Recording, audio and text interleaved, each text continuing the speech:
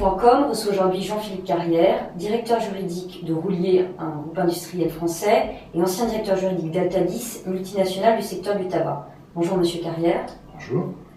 Alors, on se demandait si avec l'introduction de l'Action de Groupe, on allait voir une multiplication des actions, multiplication des affaires portées devant la justice. Vous aurez certainement, effectivement, des actions qui verront le jour, qui n'auraient pas vu le jour si l'action de groupe n'était pas introduite, puisque un certain nombre de consommateurs vont s'estimer en situation de pouvoir demander réparation aux opérateurs, aux entreprises ou autres. Ça, c'est certainement le cas. Ensuite, nous verrons bien comment tout ça évoluera et le nombre d'affaires qui, effectivement, arriveront jusqu'au procès ou seront éventuellement transigées.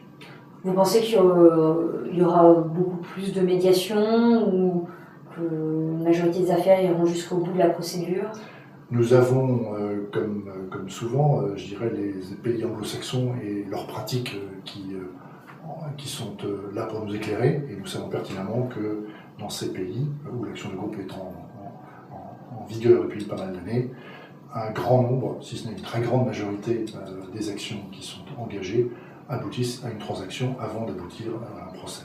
Donc il est probable, compte tenu des rapports de force qui s'établiront, que des transactions seront trouvées dans un bon nombre de cas. D'accord. On va maintenant servir de votre expérience dans le secteur du tabac. Le secteur du tabac, on parlait du pays anglo-saxon, fait l'objet de nombreuses actions dans le monde et en particulier dans ces pays anglo-saxons. Il semble que lorsqu'on parle de tabac, le domaine concerné soit celui de la santé publique. Est-ce que, avec la tournure que prend le projet de loi actuellement, le secteur du tabac devrait être inquiet? Alors, a priori, je ne peux pas évidemment préjuger de ce que sera l'issue définitive. J'ai bien sûr un point de vue. Moi, personnellement, je pense que les questions de santé publique ne devraient pas relever, en tout cas dans un premier temps, de l'action de groupe, du champ d'application de l'action de groupe, parce que c'est très souvent des problématiques avec des spécificités individuelles très fortes qui rendent la gestion des actions collectives ou des actions de groupe extrêmement complexe dans ce genre de situation. Et donc, je pense qu'il est raisonnable de l'écarter dans un premier temps. D'accord. Et imaginons si le champ de la santé publique, malgré ces obstacles, venait à faire partie du projet de loi et que vous étiez encore dans le secteur du tabac, est-ce que vous seriez inquiet dans ce cas-là? Est-ce que vous pensez que la mise en place de l'action de groupe serait un danger? Je serais effectivement raisonnablement inquiet, oui, parce que probablement qu'un certain nombre d'actions verraient le jour. Pour autant, il ne faut pas oublier que les actions de ce type devraient malgré tout passer par les mêmes obligations juridiques que les autres, à savoir qu'ils devraient démontrer les mêmes fondements juridiques qu'une action individuelle, une faute, un préjudice, un lien de causalité.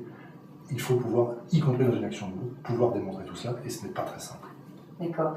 Finalement, malgré l'introduction de l'action de groupe, le fond reste le même.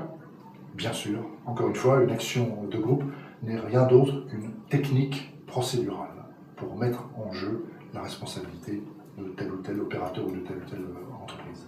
En conséquence, puisque c'est seulement la forme et c'est un nouveau type de procédure qui émergerait, et que le fond reste le même, est-ce que des procédures individuelles ont déjà eu lieu en France concernant le tabac? Bien sûr, il y a eu, à partir de la fin des années 90 et au cours des années 2000, un certain nombre de procédures d'actions individuelles de fumeurs, mais également de tiers payeurs, comme la caisse primaire d'assurance maladie, qui sont venus demander réparation aux fabricants à l'époque nationale.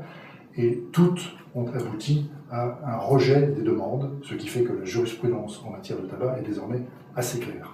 Donc malgré l'introduction de l'action de groupe, la jurisprudence resterait la même et donc les chances d'aboutir pour un procès de ce type seraient assez faibles? Je pense qu'effectivement, le travail qui a été fait en amont, si je puis dire, aurait des conséquences positives en termes de protection de l'industrie du tabac, puisqu'encore une fois, les fondements juridiques seraient probablement les mêmes et donc aboutiraient très, très probablement au même résultat judiciaire. D'accord, il resterait difficile de démontrer que le plaignant n'était pas informé des risques du tabac, au même titre que c'est difficile aujourd'hui de le démontrer individuellement. Absolument, c'est un des fondements juridiques, je dirais, que les individus ont pu mettre en avant.